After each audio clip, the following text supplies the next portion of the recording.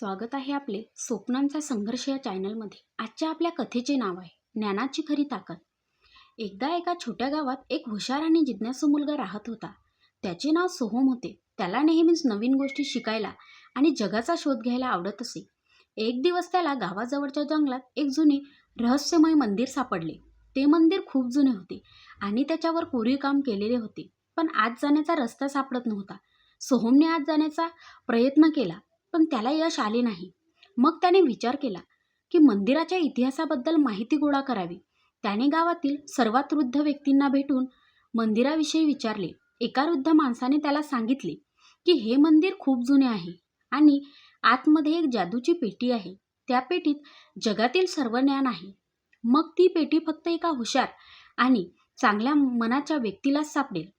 सोहमने ठरवले की तो ती पेटी शोधून काढेल। त्याने गावातील सर्वांना मदत करायला सुरुवात केली।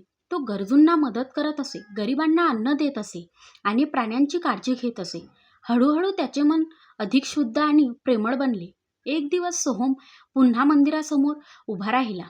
त्याने शांतपणे डोळे मिटले आणि प्रार्थना केली।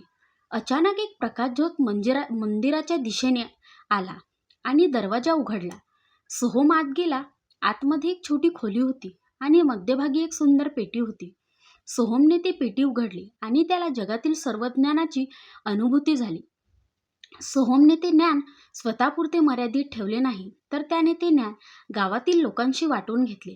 त्याने लोकांना शेतीचे नवीन मार्ग शिकवले, मुलांना ज्ञान दिले आणि सर्वांना प्रेम आणि दयाळूपणाने महत्त्व समजावून सांगितले।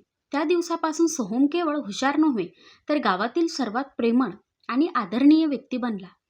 त्याला समजले की खरे ज्ञान फक्त पुस्तकात नसते, तर ते आपल्या चांगल्या कृतीत आणि इतरांना मदत करण्यात असते। हुशार सोहम आणि ज्ञानाची पेटी। मोरल ऑफ द स्टोरी, खरे ज्ञान फक्त पुस्तकात नसते, तर ते आपल्या चांगल्या कृतीत आणि इतरांना मदत करण्यात असते।